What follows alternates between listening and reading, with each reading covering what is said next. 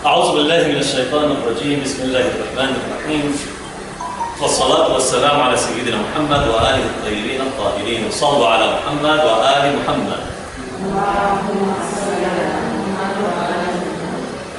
El tema de la clase de hoy, la última clase del tema del autodesarrollo y la última de la clase de este año para este curso. El tema es la luz suprema y las luces creadas. ¿Qué se refiere con esto? Ahora vamos a ver, inshallah, este es un título que dentro de lo que es la espiritualidad islámica se toca exactamente con este mismo nombre. Vamos a hacer obviamente una introducción. Los seres humanos difieren de los animales de muchas maneras. Una forma es en cuanto a su necesidad y búsqueda de propósito y significado en la vida. Mientras que la satisfacción de las necesidades básicas puede hacer a los animales muy felices y dejarlos satisfechos. Ya consiguen algo para comer, contentos. Los perritos ya comieron algo, mueven la colita y se van tranquilos y contentos. Es más, es la forma realmente en que son leales a nosotros. Le damos algo de comer, están contentos y han alcanzado su propósito en la vida. Pero los seres humanos no somos así. Los seres humanos buscan algo más allá de esto. Ellos necesitan algo que les pueda dar una buena razón para ir más allá de las rutinas diarias y enfrentar los constantes desafíos y luchas de la vida. Bueno, no siempre esto es con propósitos positivos. Hay algunos que tienen propósitos negativos y su razón para vivir, por ejemplo, es procurar el mal de aquel a quien está envidiando, por ejemplo. Así como también tenemos propósitos buenos, que es el de perfeccionarse, trascender, o el simple hecho de hacer el bien sin mirar a quién, como se dice, ya no ni por la búsqueda de una recompensa, ni por el miedo a un castigo. Vemos entonces que los seres humanos son diferentes en sus razones y sus motivaciones. Necesitan algo que les pueda dar una buena razón para ir más allá de la rutina diaria y enfrentar los constantes desafíos y luchas de la vida. Si bien cualquier tipo de guerra, conflicto, confrontación en el mundo que nos rodea puede perturbar mucho nuestra vida, es solo la paz interior y la tranquilidad lo que puede traer un profundo sentido de contentamiento. Cuando un grupo humano está continuamente bajo conflicto y una de las más exponentes expresiones de conflicto es la guerra sangrienta, se produce desánimo finalmente, si es que no existe un propósito, si es que no existe un desánimo, depresión, no encontrar un sentido a la vida. Es por eso que vemos que aquellos que están mejor y disfrutan de paz y seguridad pueden tener una mayor comprensión de las necesidades de una vida significativa, o sea, ser pobre no solamente no es bueno, sino que va en contra de la espiritualidad. Realmente, esto no es un discurso únicamente para arrogantes, no es un discurso para elitistas ni para clases dominantes. Recordemos que el Islam procura siempre el punto medio. Ja'alnakum ummatan wasata, dice el Corán, nos dispusimos como una comunidad intermedia. Así como no es una religión para personas adineradas, tampoco es una religión para pobres. Es una religión para todo el mundo. Simplemente para personas adineradas, tampoco es simplemente para pobres. Lo que hace el Islam es tratar de buscar siempre el punto medio. Y a las personas pobres, de alguna manera, hacer que la sociedad se sienta responsable para sacarlas de su pobreza, porque no es buena la pobreza, no solamente no es buena materialmente, no es buena espiritualmente. Dijo el profeta del Islam, sallallahu alaihi wa alihi, cada an yakuna al-faqru kufra. Cerca está la pobreza de ser incredulidad. ¿A qué se refiere el profeta? Se refiere que aquel que no tiene que comer, que solo está pensando en el bolsillo, solo piensa en su estómago y en su bolsillo, que va a estar pensando en la espiritualidad y en pasarse la noche rezando y hacer el bien a los demás. ¿Qué bien a los demás y yo? ¿Quién me va a hacer el bien a mí? Es por eso que cerca está la pobreza de ser incredulidad. cada ayakuna al-faqru kufra. Es por eso que una de nuestras obligaciones es no caer en la pobreza, pero ya no por tener estos sentimientos de querer ser opulentos, sino para que realmente estemos tranquilos en ese sentido. Repitamos el párrafo. Aquellos que están mejor y disfrutan de paz y seguridad pueden tener una mayor comprensión de la necesidad de una vida significativa, buscan un sentido a la vida, pueden comenzar a pensar en conceptos y nociones que van más allá de su propio ser. El Islam no promueve el ascetismo, no promueve el desapego a lo mundano en el mal sentido. Hay un desapego en el buen sentido y hay un desapego en el mal sentido. Ahora voy a tener que ponerme a explicar esto. El desapego en el buen sentido es el siguiente. Dijo el Imam Ali alayhi salam: ser desapegado al mundo no significa no poseer cosas, sino que las cosas no te posean. Significa que uno no dependa de las cosas. Eso es ser desapegado. Uno puede tener mucho dinero y ser un desapegado en el sentido que si al otro día pierde todo, no sentir que perdió absolutamente nada. Simplemente decir: ha cambiado mi función, ha cambiado mis obligaciones y nada más. Pero no cualquiera puede llegar a... Porque, a ver, capaz que voy a extremo el ejemplo, pero decir pierdo todo y estar como si nada... Es verdad. Tiene que ser una persona... No cualquiera. No. Es verdad. Y es por eso mismo que nosotros necesitamos entrenamiento. Necesitamos entrenarnos en el mes de Ramadán, necesitamos entrenarnos por nuestro salar, necesitamos entrenarnos con el hecho de dar limosna, con el hecho de preocuparnos por las personas de la sociedad que a lo mejor tienen algún tipo de necesidad. Bueno, es con ese entrenamiento que nosotros, inshallah, trataremos de sentir honestamente en nuestro corazón eso, y no, por ejemplo, lamentarnos por lo que perdemos de lo mundano. Sí, realmente las personas que son desapegadas de lo mundano pueden llegar a tal punto de llegar a ofrendar sus vidas porque ven que hay un más allá. Pueden llegar a ofrendar sus vidas, como vemos que ha sucedido y sucede y sucederá, inshallah, en la historia, no solo del Islam, sino de las religiones en general, de las ideologías en general, donde hay mártires por una causa, por un propósito noble.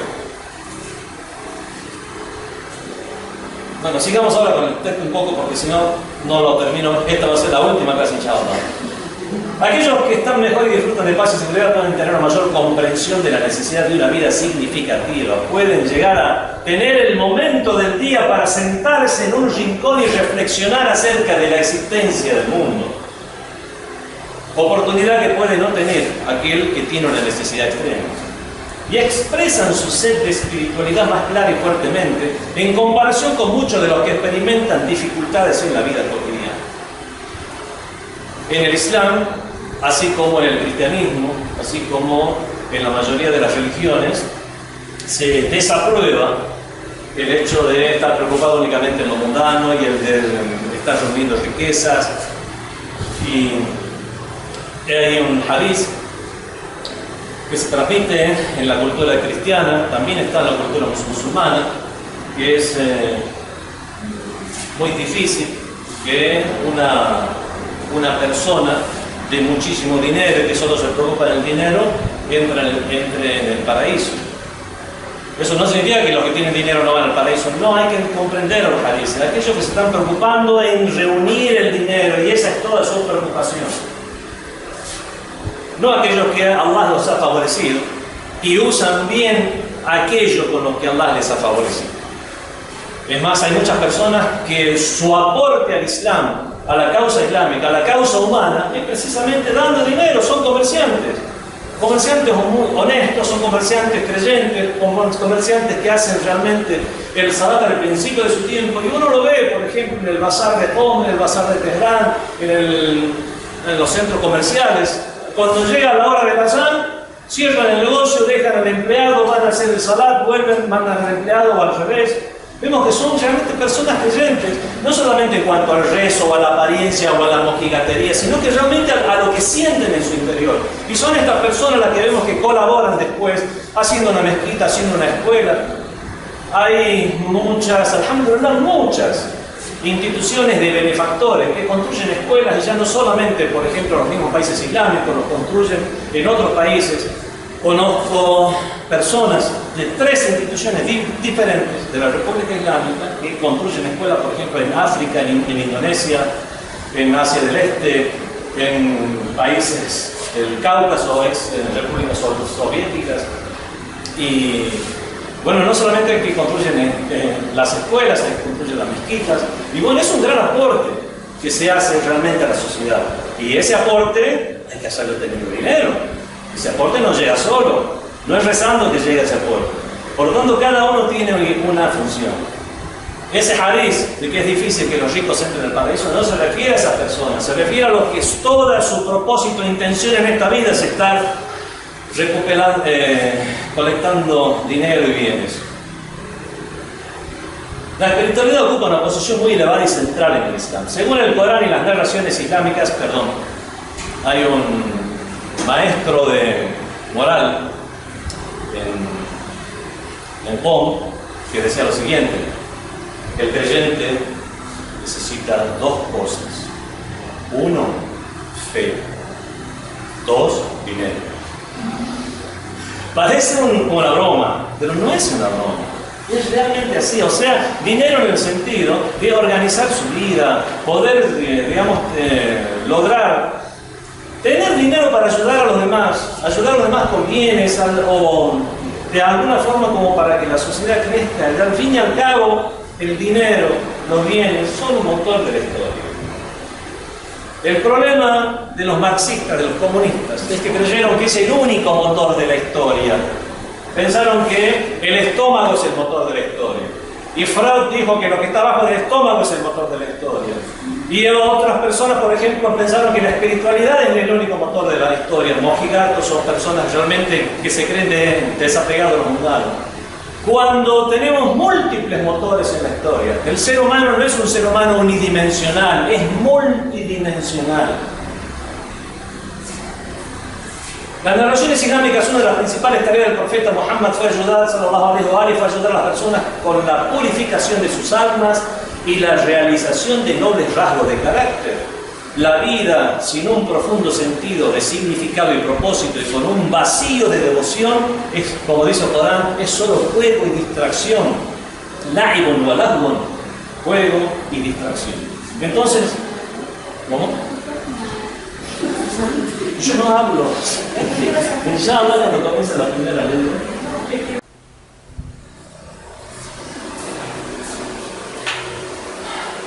La luz suprema y las luces creadas. Dentro del nombre más importante que Allah utiliza en el Corán para describirse a sí mismo es la luz, An-Nur. Allah es la luz suprema y todo lo que Él creó también son luces. Este es un tópico del irfan o la mística. Tampoco es traído de los pelos o inventado por los gnósticos. ¿Se acuerdan las clases anteriores o la anterior o las anteriores, no me acuerdo cuándo? Hablé acerca de el lenguaje que utilizan los gnósticos, que se ven obligados a utilizar para tratar de alguna manera que sus discípulos puedan llegar a tener una idea de lo que ellos sienten en sus revelamientos místicos, lo cual es imposible, porque la experiencia espiritual es intransferible. Ese es un tema muy importante y hay que recordar. Y es de esta manera que podemos llegar a entender por qué personas que vieron al profeta, o que ojalá yo lo estuviera viendo, estuviera conmigo, personas que vieron al profeta no creían en él, veían milagros y no creían en el profeta. Y nosotros aquí, después de años y miles de años, decimos, no, yo tengo más fe que ese hombre. Ese hombre lo estuvo viendo.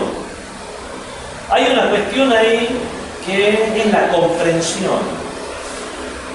Esa comprensión no se da de una forma automática por el solo hecho de haber sido un compañero del profeta.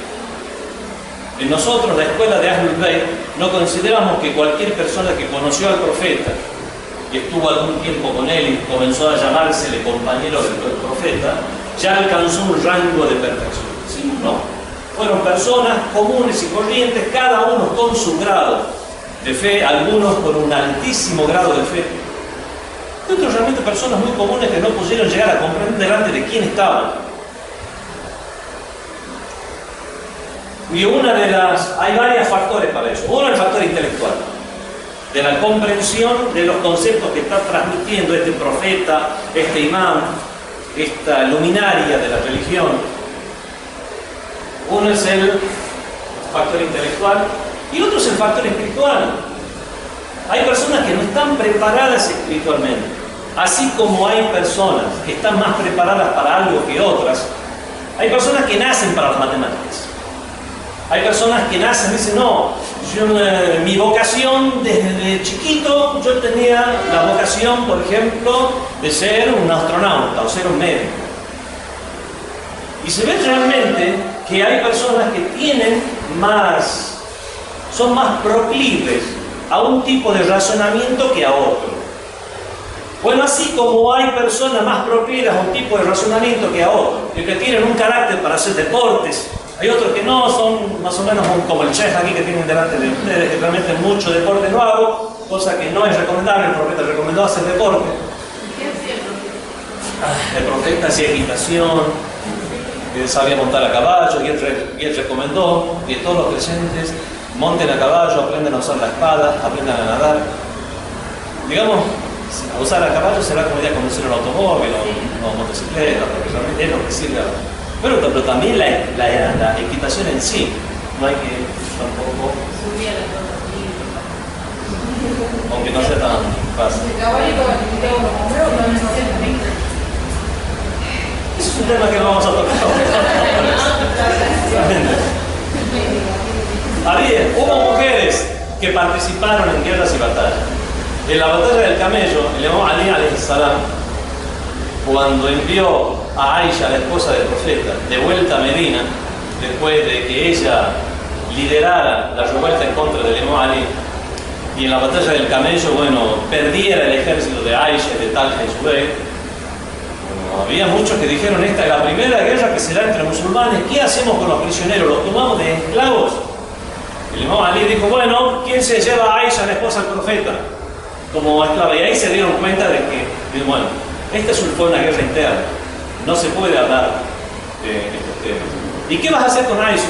La voy a devolver a su casa en Medina, porque el profeta le ordenó a ella no salir de su casa. Y el mismo Corán dice, y permanecer en vuestras casas. Es una frase que se dirige a las esposas del profeta en particular. Entonces el profeta, el imam Ali alayhi salam, envió a Aisha a Medina, acompañada por un grupo de unos 20 soldados más o menos. Llegan a Medina y Aisha dice, juro que en toda mi vida no había visto un error de Ali, pero esta vez cometí un error. Enviar a la esposa del profeta con 20 soldados hombres. Entonces los soldados se sacaron sus yelmos y ahí que no eran soldados, eran soldadas. Eran soldados femeninos. Para hablar bien. Y el único varón era Muhammad ibn Abi Bakr, hermano de Aisha, pero criado en la casa del imam Ali, por lo tanto estuvo de parte del imam Ali en la guerra. Con la ayuda de mamá me dice que había también mujeres de también de las 313, ¿cuántas hay mujeres de las 313, de los 313 representantes? 50 y pico, ¿no? Sí, hay bastante. No significa que todos serán combatientes con espadas, sabrán montar o a caballo en una moto, pasando, pero... Por eso digo, ese es otro tema, no me saquen de la idea. Es que vos hablar y todos los temas se dirigen a todo tiene que ver con todo. Pero aparte el tema ese de que las mujeres del profeta no pueden salir de la casa. No, eso fue una orden dada a ellas, no a las mujeres musulmanas en general. A ellas en particular. Mujeres O a Aisha. Para que esté incluida Aisha sobre todo. Por algo, porque sabía que necesitaría ese libro? Porque el mismo profeta le dijo a Aisha, ese nariz está en las mismas fuentes suníes, ¿no? Y señaló la casa de Aisha y dijo, primero le dijo a ella directamente, no seas tú a quien le ladren los perros del Jaubá. El Jaubá es una aldea que está en camino a ¿cómo se llama? A Basora. Y cuando la llevaban en un gran camello a Aisha, a Basora, comenzaron a ladrarle los perros y se acordó del hadiz del profeta. Dijeron, no me digan que este lugar es el Jaubá, y si era el Jaubá. Entonces Talha y Zubair trajeron a 50 hombres que le juren a ella en falso que ese no era el Jaubá. Y es el primer juramento público falso en el Islam registrado. Habrá habido otros, pero no registrado. Entonces, y de la misma manera, profetizando los problemas que iba a haber en el futuro del profeta, porque le habrá informado el ángel o por lo que sea, señaló la casa de Aisha y dijo, es de esa casa, es de allí que surgirá el cuerno de Shaitán. Y lo dijo 3 veces. Eso está incluso en libros sunni. Vemos que ya hacía un...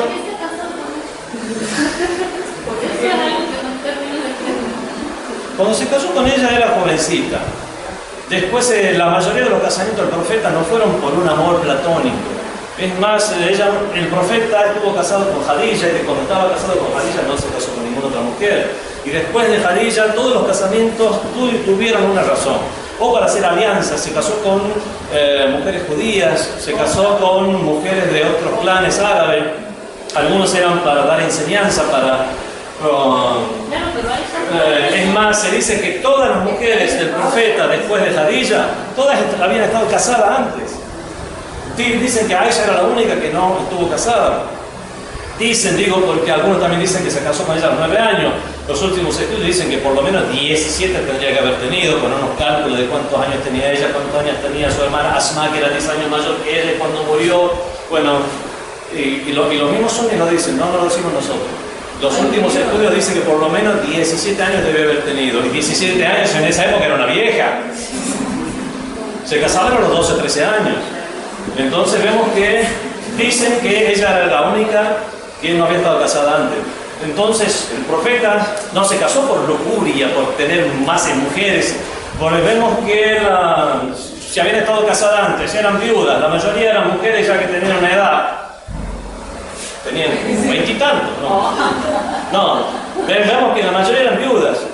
Se casó también con Asma bint Umays. ¿Quién fue Asma bint Umays? Asma bint Umays estuvo casada con Ja'far ibn Abi Talib, el hermano del Imam Ali. Se fue a Etiopía, se fue al Habasha, la famosa historia de cuando los musulmanes se fueron a Etiopía, está en la película, todo. Después al-Najashi, el rey de Etiopía, los dejó que estén ahí.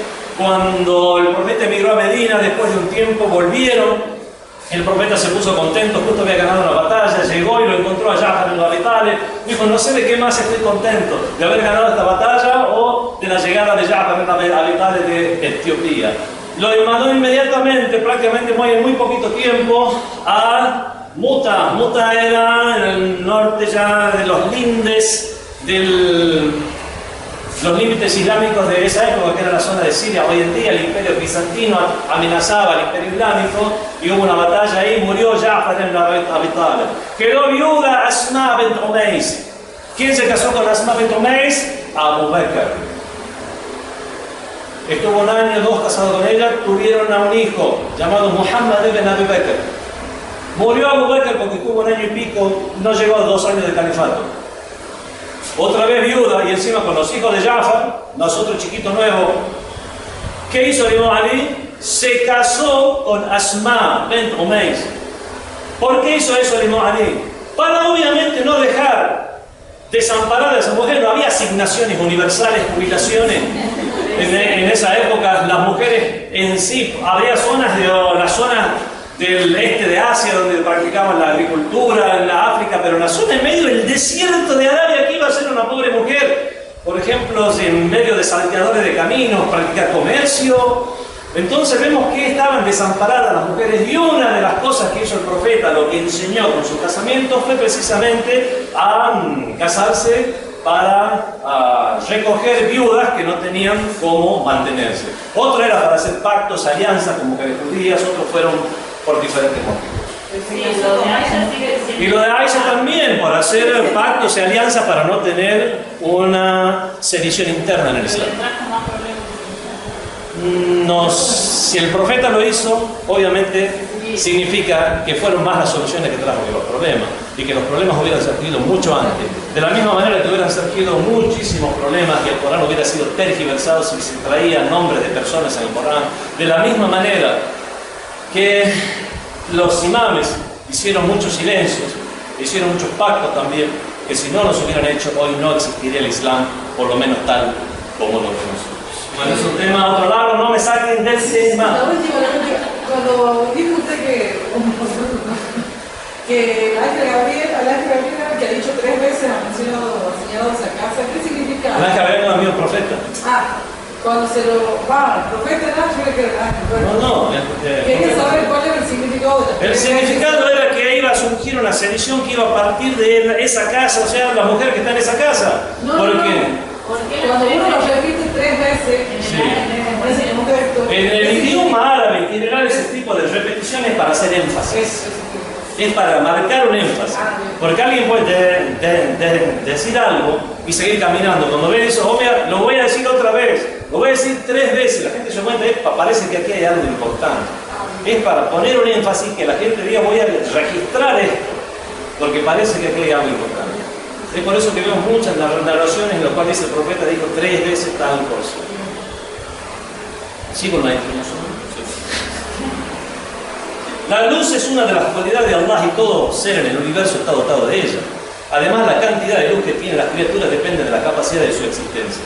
El tema de la luz es un tema que han desarrollado los místicos gnósticos islámicos, pero tampoco lo han desarrollado, como dije antes, por haber importado conceptos o vocablos de otras culturas y tradiciones espirituales, sino que esto es algo legítimo en el Islam, y esto lo encontramos en varios hadices del profeta, en muchos hadices del profeta, así como en la ley del Sagrado Corán, siendo la más preponderante de ellas es la ley que es la ley de la luz. Allahu nurus samawati wal ard.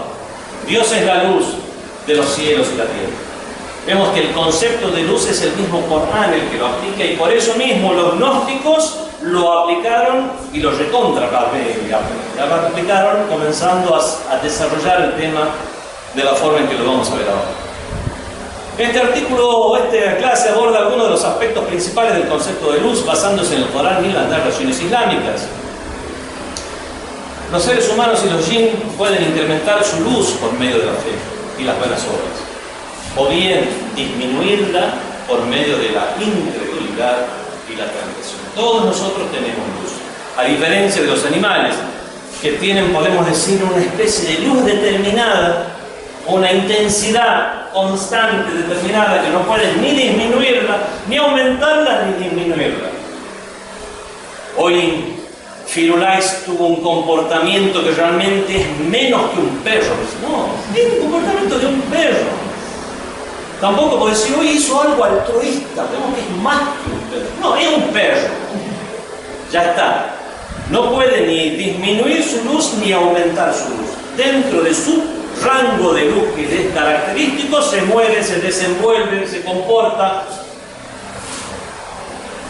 En cambio, los seres humanos y los jinn tenemos medios para incrementar nuestra luz o disminuir.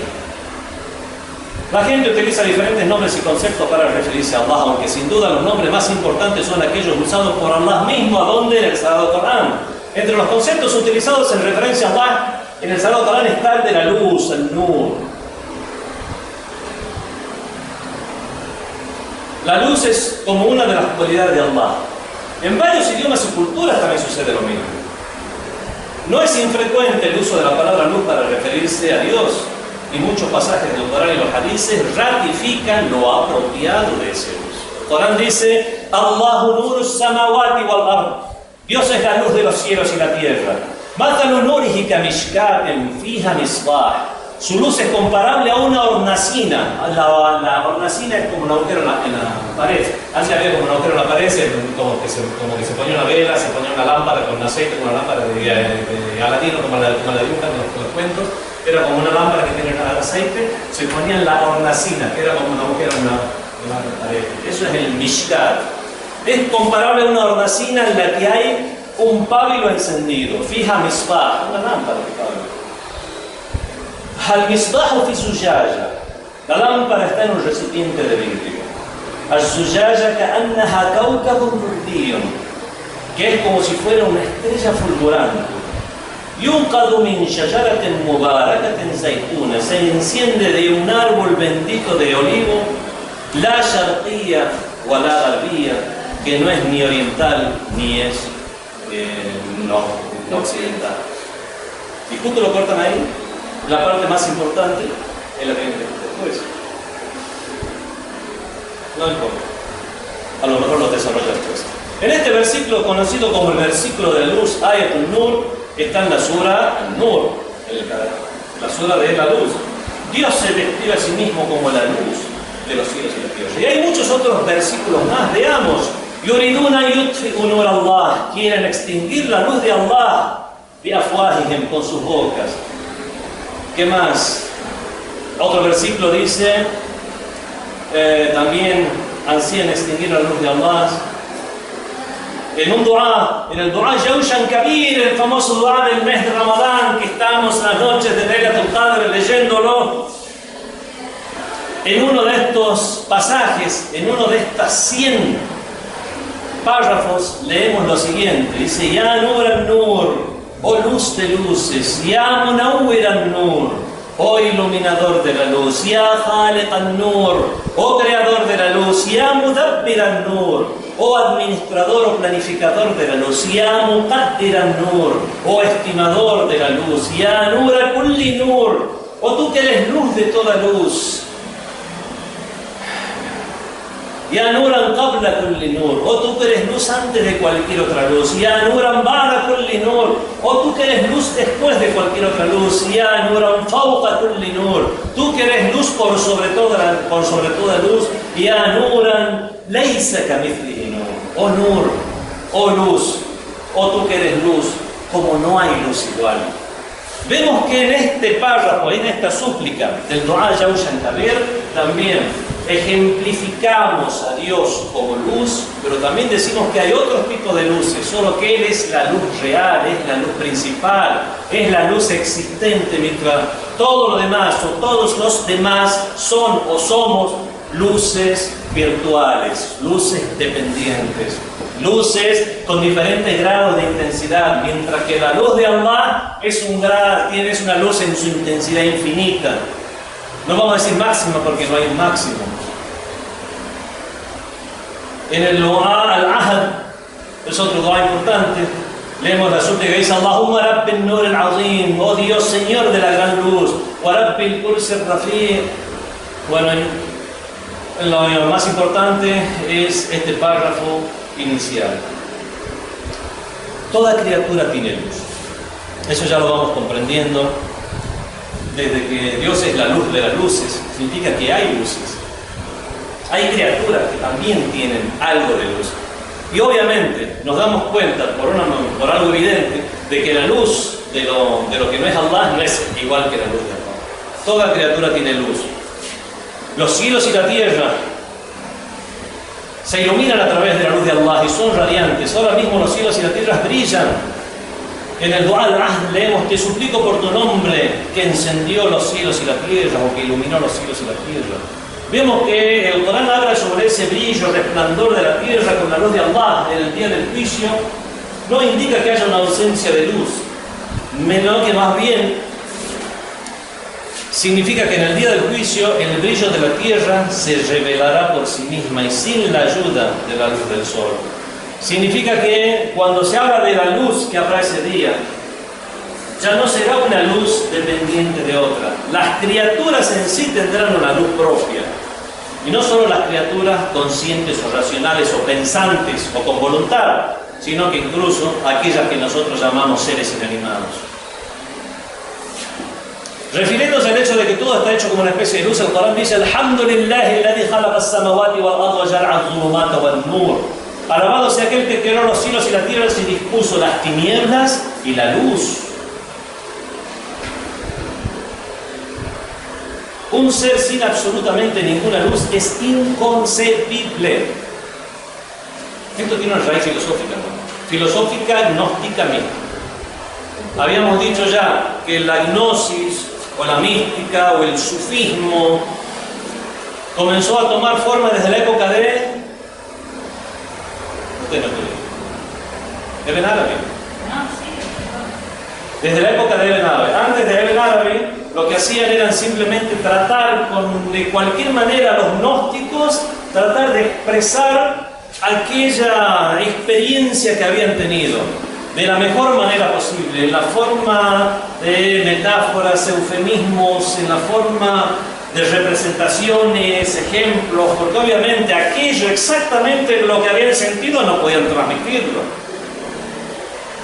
Entonces, pero así que cada uno seguía un camino diferente para transmitir sus experiencias. Pero desde la época de Ibn Arabi, él podemos decir que lo sistematizó. Usó algo similar, tanto en lenguaje como en método, a la filosofía. Y comenzó a darle una estructura. En esas estructuras ex-filosóficas, ahora gnósticas, místicas, comenzaron los gnósticos o místicos consumados, cultos, académicos, a seguir la misma línea de Ibn Arabi para enseñar mejor sus experiencias. Se veía que daba un mejor resultado al ser algo sistematizado y no algo sujeto al buen gusto y paladar de un maestro y peor de un alumno. En estas sistematizaciones académicas se habla mucho del concepto de la luz. Y como dijimos, no es un concepto extraño al Islam, sino todo lo contrario. El tema de la luz fue traído hacia la gnosis o la mística, traído del tema de la existencia en la filosofía. En la filosofía tenemos el tema de la existencia. Y hay discusiones sobre si la existencia de una cosa es diferente a la existencia de otra o no. La existencia de esta silla es diferente a la existencia de esta pared. ¿Es otra existencia o es una misma existencia con diferentes identidades? No lo quiero marear, son temas filosóficos. Hay algunas corrientes que dicen que son existencias diferentes en diferentes cosas. Hay otros que dicen que es la misma existencia, solo que ha cobrado una identidad diferente por el espacio y el tiempo que están ocupando. Es como decir que todos están hechos de la misma masa. Es que imagínense que tenemos los ladrillitos, fuéramos chicos y jugábamos con los ladrillitos. Y con los mismos ladrillitos podemos hacer una silla o podemos hacer una pared, pero todos eran ladrillitos. Hoy no se dice ladrillito, ¿cómo se dice? No, pero hoy dice como estas películas. Lego, perdón. Perdón las nuevas generaciones que no Los Lego. Bueno, alguien con un Lego puede hacer una silla y con alguien con el mismo Lego puede hacer una pared. De la misma manera, algunos dicen que es la misma existencia que existe en todas partes, siendo incluso igual a la existencia de Dios. Y aquí incluso entramos en terreno peligroso, pudiendo llegar a caer en el panteísmo. No voy a entrar en un nuevo tema. De que todos somos Dios. Bueno. Y hay otros que dicen, no, este es un Lego y este es otro Lego. Pero todo viene del mismo Lego. Es como que hay un arbolito de Legos. Los filósofos no se ponen de acuerdo, no lo vamos a resolver ahora. Solamente, ese es un tema que está en la filosofía. Solamente que hay una corriente que es la que más aceptada hoy en día, por lo menos en los medios islámicos, es que es una misma existencia y son diferentes identidades. De la misma manera trasladamos eso a la gnosis o a la mística y tendremos que todos somos una misma luz. Y en todo caso, aquello en lo que nos diferenciamos es en la intensidad de esa luz. Y así tenemos que la criatura con mayor intensidad existencial en este mundo es el profeta del Islam. Y es por eso que lo llamamos lo mejor de la creación. ¿Se entiende cómo acoplamos la filosofía con la mística, volviendo a las narraciones que nos dicen que el profeta es lo mejor de las criaturas y lo mejor de la creación? Inshallah. Según la filosofía, lo mismo que la gradación o graduación, tashkik, en la cual el factor diferenciador es el mismo factor común. ¿Se dan cuenta que esta frase es medio difícil? Ahora ya la comprendieron por esto que yo acabo de explicar. Esa graduación en la existencia, usan esa misma graduación para hablar de las diferentes intensidades de luz en las cosas, las diferentes graduaciones de luz en las criaturas. Un ser sin absolutamente ninguna luz es inconcebible. Encontramos ahora más sentido a esta frase. Un ser sin absolutamente ninguna luz es inconcebible. No hay una cosa que sea oscuridad absoluta. Esto también proviene de la filosofía. Todo lo que es creado tiene las mismas características del creador, solamente que obviamente no la misma intensidad. Es por eso que aquellos que siguen estas teorías filosófico-místicas dicen que incluso esto debe tener vida y voluntad, esta silla. Y nosotros decimos que es un objeto inanimado. Y es por eso que hablarán en el Qiyamah. Nos van a, lamentablemente, o nos van a elogiar o nos van a acusar en el Qiyamah. Porque tal vez o es en un idioma que no entendemos, o es en una dimensión que no entendemos. ¿Sigue un propósito en la vida esta silla? Tal vez su propósito sea ocupar un espacio, como cualquier ser inanimado tridimensional, pero ya es un propósito. Bueno, si ya se entendió el concepto, aunque es discutible con respecto a lo que es la vida y voluntad y todo eso, pero vamos a comprender que todas las características del creador deben estar en las criaturas, solamente que no en la misma intensidad. Llevemos eso al tema de la luz. Es inconcebible que haya una criatura sin luz. No hay algo que se llame oscuridad absoluta. En base a la premisa de que el creador es luz absoluta y que por consiguiente la luz es atribuida a él, todos los seres poseen cierto grado de luz. Lo único que es oscuridad absoluta es la nada. ¿Y saben lo que es la nada? Nada, no existe. Y si no existe, significa que no existe nada que tenga oscuridad absoluta. Piénsenlo. Todo ser es un signo del ser divino. Por esta cuestión filosófica, de que en todo ser hay propiedades y atributos del creador, solo que en diferentes intensidades. Todo ser es un signo del divino y de esta manera es un reflejo de la luz divina. Si percibimos a todos los seres humanos desde este punto de vista, veremos que tienen luz, y puesto que esto sirve como un signo de Allah y nos recuerda a Allah, también será la fuente de nuestro acercamiento a Él. Si alguien o algo trae oscuridad a nuestros corazones y nos hace desatentos de Allah, no es porque sean absolutamente oscuros, más bien es porque desvían nuestra atención de Allah, atrayéndola hacia sí mismo. A lo mejor lo que hacen es confundir el objetivo, es confundir el camino, pero en sí el propósito que tienen es genuino, la búsqueda de poder, la búsqueda de riqueza. Todo es genuino, solamente que la riqueza verdadera está en Allah. El poder verdadero es el poder de Allah. La sabiduría verdadera es la sabiduría de Dios. La pasión verdadera es la pasión de todo aquello que está en aras de lo que Allah quiere. Solamente que a partir de ahí puede haber desviaciones en los propósitos o en los objetivos. Si percibimos a todos los seres de este mundo de vista, veremos que tienen luz. Y nos recuerda a Allah.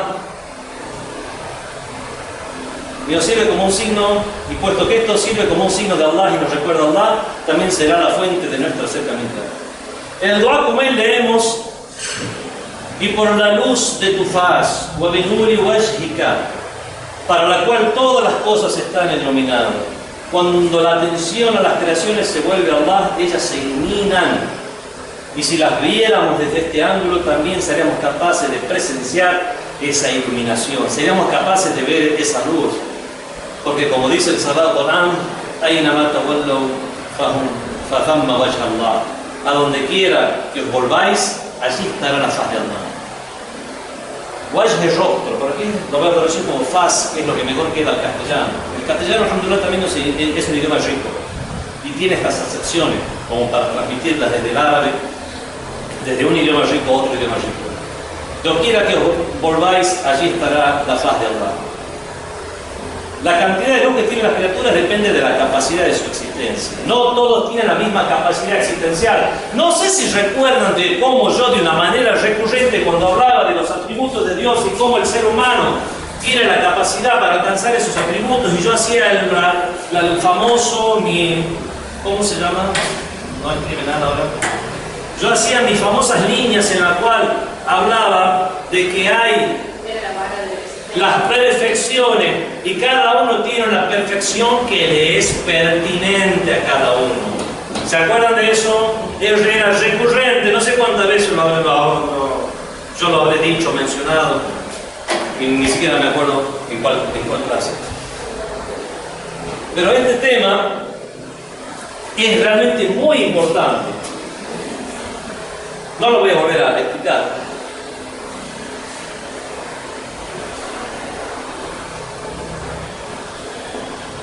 La capacidad de luz de la mayoría de las criaturas no se determina voluntariamente.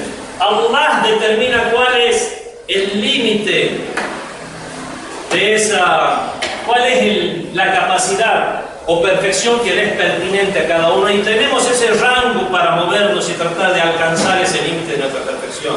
Mientras más nos dirijamos a ese límite y más tratemos de alcanzarlo, más perfectos seremos como seres humanos. Exactamente. Allah brinda intensidad existencial o luz a determinada capacidad de las criaturas. Y está en nosotros tratar de alcanzar ese límite. Y los únicos que alcanzan su capacidad y la van superando son los profetas, los imames, los inmaculados. Y todos los demás, inshallah, estaremos en procura de ello. No hay nadie entre nosotros que no tenga un lugar señalado.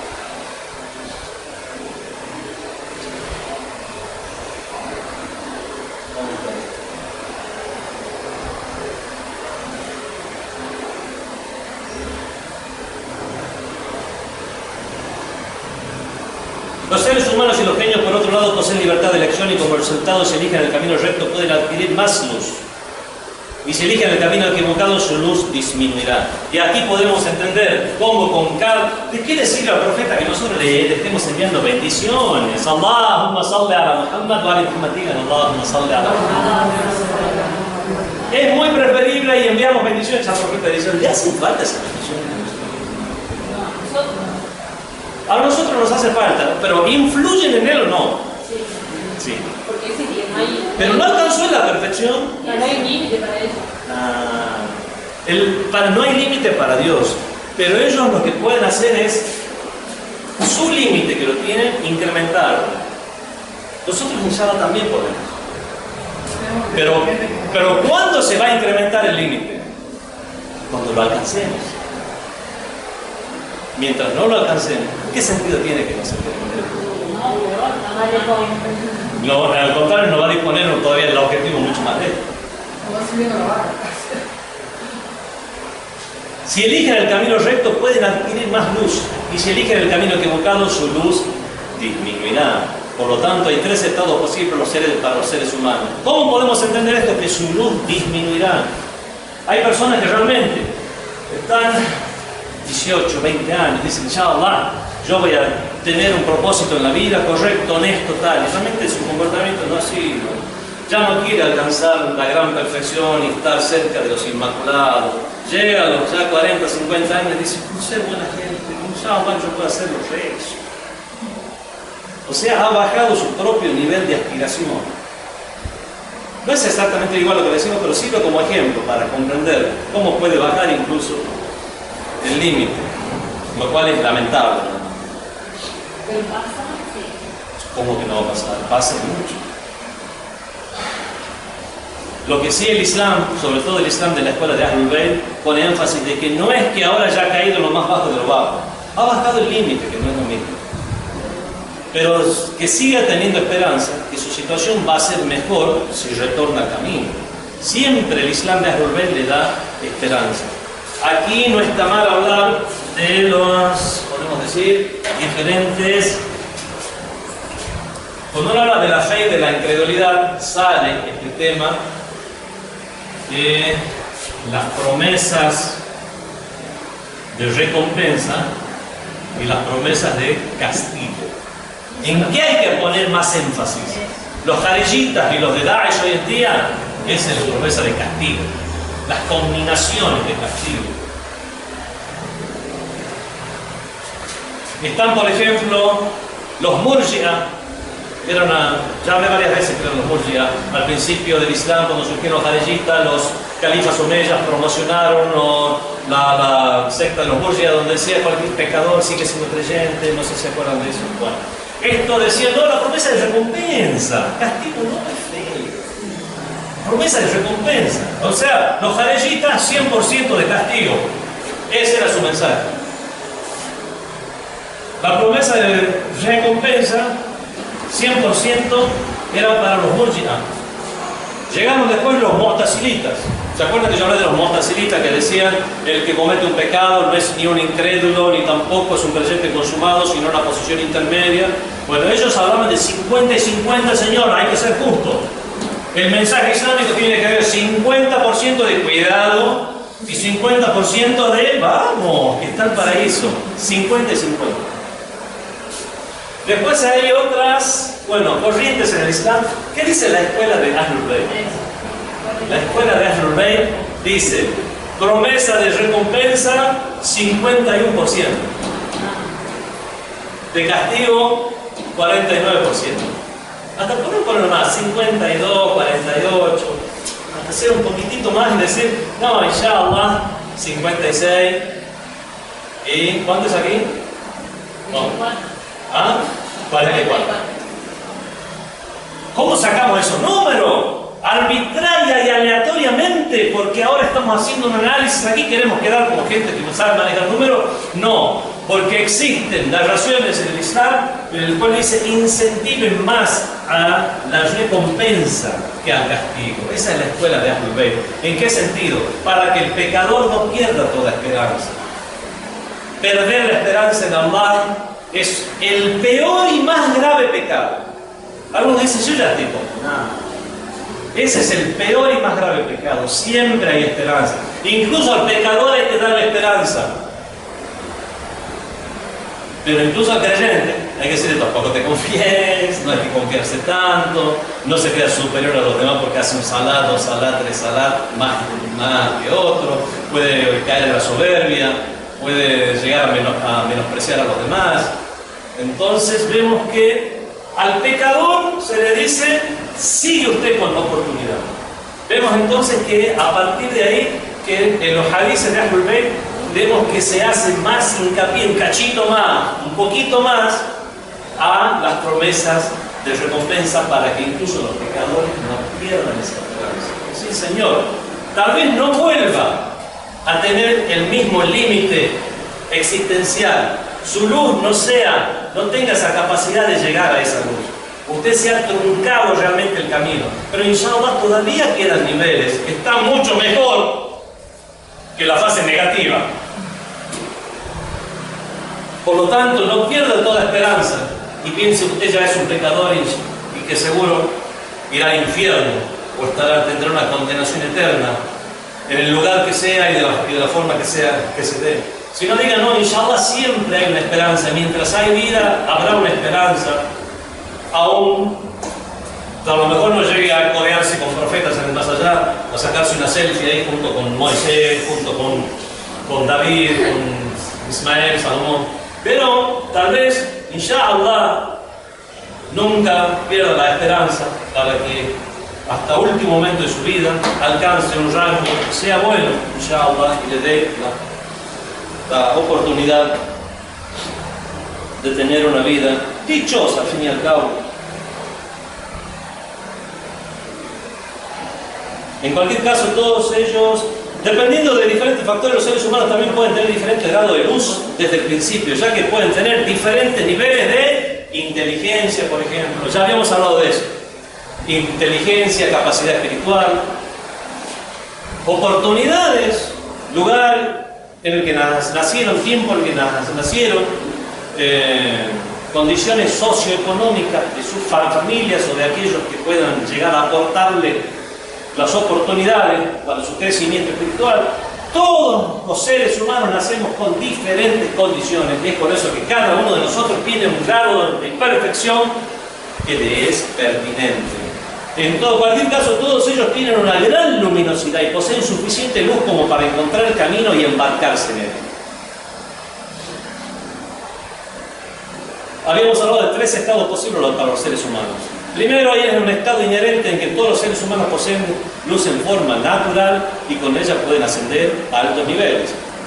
B. El estado de fe y pureza adquiridas que aumenta la luminosidad del ser humano y puede eventualmente volverlo el vicerregente de Allah en la tierra, el vicario de Allah en la tierra. Lo que le puede permitir esparcir la luminosidad en otros. Ya no solo él es luz, puede incluso iluminar a otros. C. ¿Cuál es el estado C entonces? El estado de incredulidad e impureza. Es todo lo contrario. Incredulidad e impureza adquirida que disminuye la luminosidad del ser hasta el punto que uno se vuelve más bajo que un animal. Y ya hemos leído varias veces hadices a este respecto. Y aquí podemos encontrarle más sentido a la continuación de Ayatul Kursi. Ayatul Kursi era la ley Sura 2, Aleya 2.55, la 2.56, la 2.57. Dice: Allahu waliyul ladina amanu, Dios es el protector de los creyentes, de los que creen. Yukhrijuhum minaz zulumati ila an-nur, les saca de las tinieblas hacia la luz. Wal ladina kafaru awliya'uhum at-taghut, y aquellos que han descreído, sus amigos son los taghut, son los demonios. Yukhrijuhum minan nur ila az-zulumat, les sacan de la luz hacia las tinieblas, en caso contrario. Ulaika ashabun nari hum fiha khalidun, esos son los que morarán en el fuego eternamente. En principio puede parecer que hay 4 estados. Estado de oscuridad antes de la fe. Segundo, luz que sobreviene después de la fe. Tercero, estado de luz antes de la incredulidad. Y cuarto, oscuridad después de la incredulidad. ¿Lo vuelvo a leer? Sí. Pareciera que hay 4 estados. Primero, oscuridad. Oscuridad antes de la fe. Segundo, luz después de la fe. Tercero, luz antes de la incredulidad, que son los que fueron en el camino contrario. Y cuarto, oscuridad después de la incredulidad. Sin embargo, después de reflexionar, queda claro que el versículo anterior se refiere a los 3 estados mencionados anteriormente. ¿Cuál es el que faltaría? Exactamente. No hay nadie que tenga grados de oscuridad absoluta.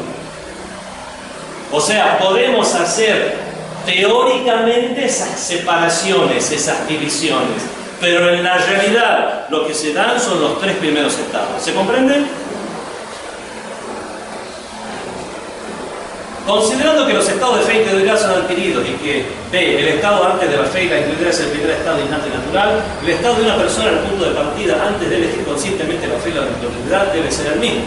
Sin embargo, debido a que la luz y la oscuridad son relativas, se piensa que el primer estado de un creyente que adquirió luminosidad durante su vida es oscuro, por lo que su camino hacia la fe comienza desde la oscuridad hacia la luminosidad, pero el camino del incrédulo parte de la luz hacia la oscuridad. Así, por el primer estado para el incrédulo es la luz. En realidad no hay una oscuridad antes de la luz. Por lo tanto, es apropiado examinar la luz adquirida y el camino requerido para obtener. Es natural que, de manera comparativa, también nos enfoquemos en la oscuridad adquirida. Y ese es el problema. La oscuridad adquirida. Nos hemos hecho acreedores a oscuridad. Es lo peor que puede pasar. A veces simplemente es un grado, la oscuridad, poca intensidad de luz, es corta, lo llamamos así, que simplemente son nuestras condiciones iniciales. Y otras veces somos nosotros los que menoscabamos nuestra luz bajando nuestra intensidad. Como por ejemplo, Ya no hablemos de pecados en el sentido religioso, ya hablemos más que nada en el propósito de nuestra existencia como seres humanos, que nos desvaloricemos como seres humanos, nos deshumanicemos. Ahí podemos llegar a comprender más el tema de la forma que lo estamos tratando, porque si realmente simplemente hablamos de un pecado porque tomó un vasito de vino, lo cual es un gran pecado en el Islam, tampoco quiero menospreciar eso, pero se puede llegar a comprender más el tema. Cuando vemos que una persona menoscaba su humanidad, es cuando menoscaba o reduce su intensidad, la intensidad de su luz, y ahí tiene oscuridad adquirida. Lo cual es un concepto un poco, podemos decir, hasta contradictorio, podemos decir. ¿Cómo se puede adquirir oscuridad? Porque en realidad la oscuridad no existe. Lo que hay es ausencia de luz. Pero tenemos que ser condescendientes con las metáforas, por lo menos con la metáfora. Baja la intensidad de la luz. La luz adquirida, ajá, bueno, este es el tema que inshallah todos tenemos que estar en procura de ello, la luz adquirida. El factor más importante que lleva a la adquisición de la luz es la fe. De hecho, alcanzar la fe, los seres humanos están expuestos al resplandor de Allah. Dice el Sagrado Corán: أَفَمَنْ شَرَحَ اللَّهُ صَدْرَهُ لِلْإِسْلَامِ فَهُوَ عَلَى نُورٍ مِنْ رَبِّهِ. Es aquel cuyo pecho has abierto al Islam y camina hacia la luz de su Señor, igual que otro que no lo es. فَوَيْلٌ لِلْقَاسِيَةِ قُلُوبُهُمْ. Pobres de aquellos que tienen corazones insensibles, son insensibles al recuerdo de Allah.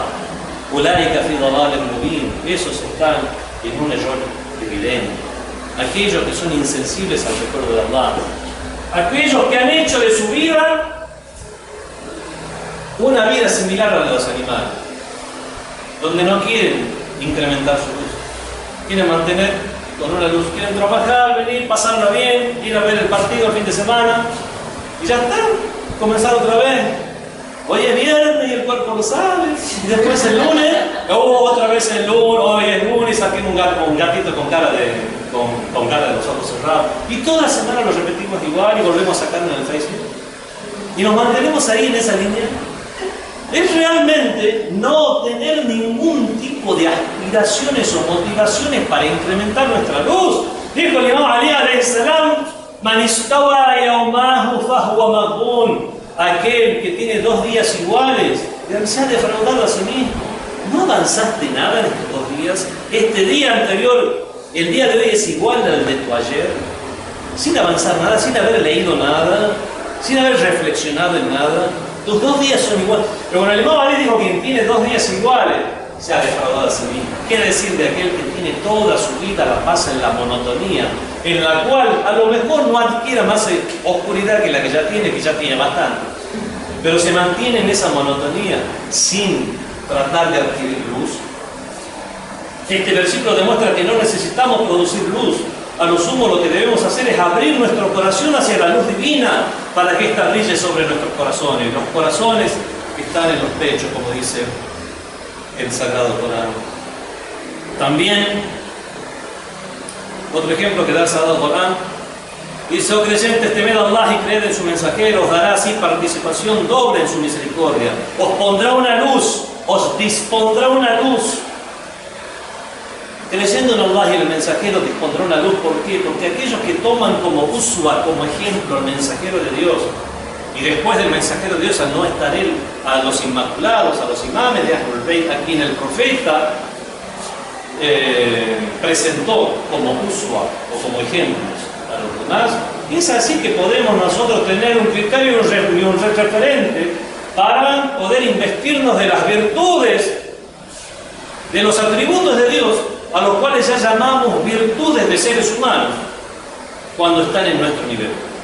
Pero al fin y al cabo son los mismos atributos divinos: misericordia, justicia, benevolencia, indulgencia, perdonar. Todo eso son atributos de Dios, que en todo caso en Dios se manifiestan de una forma infinita, en los seres humanos se manifiestan de una forma finita, pero aún así necesitamos referentes, criterios, y esos son los inmaculados. Es por eso que el Corán dice: وَلَكُمْ فِي رَسُولِ اللَّهِ أُسْوَةٌ حَسَنَةٌ. Y tenéis en el mensajero de Dios un excelente ejemplo. Abramos nuestros corazones, nuestros pechos, como dice el Sagrado Corán, en la terminología coránica, a Dios, y Él dispondrá una luz. Esto ya son reglas no físicas, sino metafísicas. ¿Se acuerdan del hadith del Imam Sadiq? Yo dije la vez pasada, justo en la clase anterior. Man amila bima alim, quien actúa en base a lo que sabe, Allahu ilma ma lam ya'lam. Dios le infunde el conocimiento de lo que no sabe. Comienza a tener inspiraciones de lo que realmente no debería saber, según la lógica con cómo se desenvuelven y se desarrollan los asuntos en este mundo. Pero comienza a saberlo por inspiración divina. Esas son leyes metafísicas. ¿Quieren otra ley metafísica? Esta que acaba de mencionar el mismo Sagrado Corán. Abrir el corazón a Allah y Allah dispondrá una luz que ilumine vuestra marcha y os perdonará. Allah es indulgente, es misericordioso. Esta luz lo acompañará para iluminarlo y ayudarlo a tomar decisiones en cualquier estado en que se encuentre. Esas son las inspiraciones. En nuestro estado son inspiraciones. ¿Cómo se llama eso en los profetas? Revelación. Por supuesto, no todo el mundo percibe esta luz en un creyente. Incluso el propio creyente puede no sentirla. Sin embargo, lo cierto es que sus efectos pueden ser detectados. Y eso es lo que hablamos al principio, de que la experiencia es intransferible, la experiencia espiritual. Muchos pueden no detectarla, ser contemporáneos a un profeta y no reconocerlo como tal. En el día del juicio esta luz será tan evidente que incluso los hipócritas la verán, se caerán los velos. Bueno, con la muerte se caen los primeros velos, ¿no? Se descorren los velos y uno tiene una mirada mucho más penetrante. Pero en el día del juicio final ya se habrán descorrido todos los velos. La luz será tan evidente que incluso los hipócritas, ¿por qué dice incluso los hipócritas? Porque los hadices dicen que los hipócritas estarán en el último de los infiernos, el peor de los infiernos. El séptimo, el más abajo, se llama Tarak el Asfal, el peor, que está más abajo, el último subsuelo. El hipócrita en términos de campo sería el que cree, no cree, el que manifiesta fe cuando oculta incredulidad. Todo lo contrario a la tapía, que es ocultar la fe y manifestar algo diferente a la fe. Por miedo o por miedo.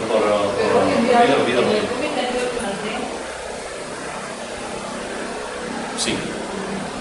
Un ateo muchas veces no es ateo porque si realmente no le ha alcanzado su intelecto para comprender la existencia de Dios. Pero un hipócrita sabe que comprendió y actúa al contrario en todo lo contrario. ¿Pero hoy en día hay hipócritas o casi? Hay diferentes tipos de hipocresía. El peor tipo de hipocresía hoy en día es un tipo de hipocresía social.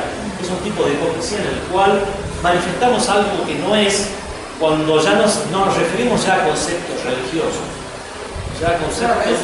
Por eso, pero los hipócritas que van a estar en ese subsuelo. En el último de los subsuelos. Que son siempre infierno, entonces están en el menos. No necesariamente son hipócritas en cuanto a los religiosos. Son hipócritas. Pueden ser hipócritas. O sea, la actitud de la alienación. Exactamente. Yo creo que eso es un montón. Los hipócritas dentro de los creyentes, dentro de los que se dicen creyentes, esos son los peores de los peores. Claro. Ahora, bueno, ya que se ha podido hacer un pequeño proyecto, ya que vos podés meter a escuchar. No. Desde después. Es aquí entre los creyentes y los hipócritas donde se levantará una muralla con una puerta. Esto está interesante, lo hablamos al principio. El día que veas la luz de los creyentes y de las creyentes correr ante ellos y a su derecha, quizás se moverá rápidamente hacia adelante para que los guíe hacia el cielo, donde se unirán a los nobles. Los creyentes se unirán a aquellos que son awliyaullah, los próximos a Dios. Se moverán desde la derecha porque ellos son la gente de la derecha. Ashabul yamin, como dice el Corán, la gente de la derecha. Y el libro de las acciones será puesto en su mano derecha. A los creyentes se les pondrá el libro de sus buenas acciones en la mano derecha. Cuando los hipócritas vean esto, dirán los creyentes: esperad a que tomemos de vuestra luz. Ya varias veces expliqué qué significa esto. En el día del juicio final, ¿cómo se devuelven las injusticias? ¿Con dinero? ¿Con buenas acciones o tomar de las malas del otro? Yo ya lo expliqué eso varias veces. Es a esto a que se refiere esta ley, que es esperada cuando los creyentes le digan a los hipócritas: esperada que tomemos de vuestra luz. O sea, seguirán teniendo algo de luz, y encima les será tomado todavía de ese algo de luz que les queda para agregársela a los creyentes, para devolverles, digamos, compensarles de alguna medida toda esa injusticia Es cuando se habla que de la realizaron. maledicencia, por ejemplo, cuando yo le mandé a alguien, que esa persona que ha sido objeto de la maledicencia, pasan todas como mal. Eso en el juicio, inshallah, tratemos de subsanarlo eso en este mundo, para que no lleguemos hasta esa etapa. Es aquí entre los creyentes y los hipócritas se levantará una muralla con una puerta. Tras alzarse esta muralla, los hipócritas ya no podrán ver a los creyentes y su luz, aunque sí les será posible comunicarse con ellos. Probablemente aquellos que tienen los motivos para obtener el perdón se dirigirán en dirección a esa misma puerta, debido a que esta puerta protegerá a los creyentes y a su luz. Dentro de la pared habitarán los creyentes y fuera de la muralla los hipócritas. Estos son ejemplos o símbolos coránicos que tal vez sean exactamente así o tal vez sean simplemente una simbología. Pero es la forma en que lo explica el Sagrado Corán. Cuando dice Yauma yaqulu al-munafiqun, el día que los hipócritas o el munafiqat y las hipócritas. A veces cuando el Corán dice los creyentes y las creyentes, bueno, aquí también hay que ser justo e imparcial. El día en que los hipócritas y las hipócritas, al-munafiqun o al-munafiqat, digan, el ladina aman o le digan a los creyentes, unzuruna, espérennos a que tomemos de vuestra luz, naqtabis min nurikum, qila irji'u, y se le diga, volveos, irji'u warakum, vuelvan atrás, faltamisu nuran, y traten y procuren de lograr alguna luz. Faduriba bainahum bisuren, y se disponga una pared en medio de ellos. Lahu babun, que tenga una puerta, batinatun fihi rahma, una puerta escondida, fihi rahma, donde habrá misericordia. Wa zahiruhu, donde su parte interna será de misericordia. Wa zahiruhu min qibalihi al-adab, pero su otro lado, su parte externa, habrá castigo. Yunadunahum, los llamarán, los hipócritas del otro, o sea que no los verán, los llamarán. Alam nakum ma'akum, que nosotros no estábamos con ustedes en el mundo. Qalu bala, les responderán los creyentes obviamente, sí, walakinnakum fatantum anfusakum, o dejaste seducir, wa tarabbastum, tuviste a la expectativa de que suceda algo malo, wartabtum, dudasteis, wa garratkum al-amani, vuestros anhelos os engañaron, hasta que llegó la orden de Allah, وَغَرَّتْكُمْ بِاللَّهِ الْغَرُورِ, el engañador os engañó acerca de Allah. El Garur es Shaitán. Después de la fe, la otra puerta importante de luz adquirida es el hecho de realizar buenas acciones. Uno, la fe es una fuente de luz. Realizar buenas acciones también. Es por eso que el Corán dice, los creyentes que hacen buenas acciones. Siempre dice así. Inna alladhina amanu wa amilu salihat, los que creen y los que hacen el bien. Una fuente de luz es la fe, otra fuente de luz es hacer buenas acciones. Lean ustedes mismos la aleya.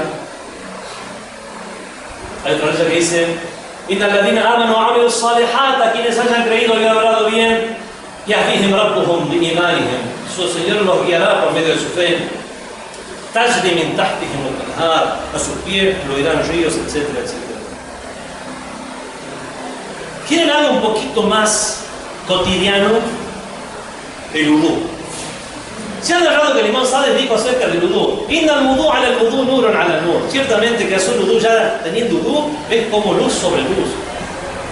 وَمَنْ جَدَّدَ الْوُضُوء, y quien renueva el udú min غير حدث, sin que haya ocurrido algo que anule el udú, جَدَّدَ اللَّهُ عَزَّ وَجَلَّ تَوْبَتَهُ مِنْ غير استغفار. Dios renovará su sentido de arrepentimiento, de contrición a Dios, min غير استغفار, sin que haga este tipo de pedido de perdón. Lean después ustedes el udú. Sigamos al tema del hajj. Realizar el hajj, también en los hadices se habla que eso trae luz, produce su propia luz. La luz del hajj permanece con el peregrino mientras éste no peque. Vuelve de la peregrinación y sigue teniendo la luz del hajj en su rostro. Cuando comete un pecado o no, ya perdió esa luz del hajj. ¿Qué más tenemos? Fe, buenas acciones, udú, hajj.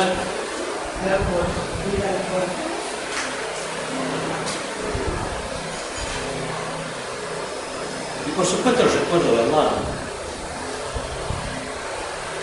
El recuerdo de Allah también es una fuente de luz. En el Dua Kumail leemos: oh Allah, en verdad que busco tu cercanía por medio de tu recuerdo. También leemos: oh aquel cuyo nombre es remedio y cuyo recuerdo es curación. El recuerdo, solo el recuerdo de Allah. Esencialmente todo ser, según la sagrada esencia de Allah o de sus nombres, es luminosa. Y por la luz de tu faz a través de la cual se iluminan todas las cosas. Eso lo leemos en Dua Kumail. También leemos: y te pido por tu nombre, por medio del cual se iluminan los cielos y la tierra. Vemos entonces que el recuerdo de Allah también forma parte de esa lámpara luminosa de la cual habla la primera de las aleyas, que es la aleya de la luz.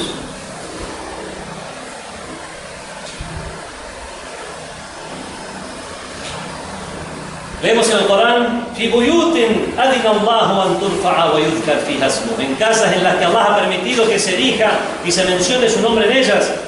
"Yusabbihu lahu fiha bil ghudubi wal isal", en ellas se le glorifica mañana y tarde. "Rijalun la tulhihim tijaratun wa la bay'un an dhikrillah", son hombres a quienes ni los negocios ni el comercio les distraen del recuerdo de Allah. وإقام الصلاة y de realizar la oración, وإيتاء الزكاة de dar la limosna, ويخافون يوما y que temen aquel día تتقلب فيه القلوب والأبصار, en el que se han puestos al revés los corazones y las miradas.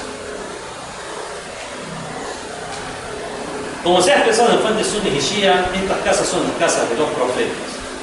Y por supuesto la casa del profeta es por herencia, digamos, la casa de Ahlul Bayt, la familia del profeta, como el mismo profeta lo dijo, y no por una cuestión de buen gusto, y no de cualquiera de la gente de su casa, sino personas especiales de la gente de su casa, a quienes él mencionó.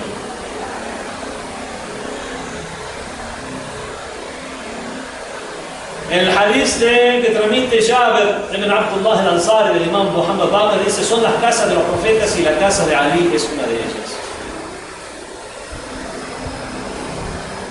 Y terminamos esta clase con la ley del Salvador Taral, que dice: فَمَنْ شَرَحَ اللَّهُ صَدْرَهُ لِلْإِسْلَامِ فَهُوَ عَلَى نُورٍ مِنْ رَبِّهِ. Es aquel cuyo pecho Allah ha abierto al Islam y se encuentra bajo la luz de su Señor. Igual a otro: فَوَيْلٌ لِلْقَاسِيَةِ قُلُوبِهِمْ. Hay de aquellos que tienen un corazón insensible, قُلُوبِهِمْ عَنْ ذِكْرِ اللَّهِ, que son insensibles al recuerdo de Allah. أُولَٰئِكَ فِي ضَلَالٍ مُبِينٍ. Estos se encuentran en un descarriado. Rogamos a Allah subhanahu wa ta'ala que nos infunda el recuerdo de su recuerdo, para que de esta manera se infunda luz en nuestro corazón. Esta ha sido la última de las clases de autodesarrollo, incluso la última clase también de este curso, segundo año de curso de nociones islámicas. Inshallah que hayan aprovechado en la medida de lo posible y que se siga repitiendo este curso para ustedes y para los que sigan. Inshallah. Sallu ala Muhammad wa ala.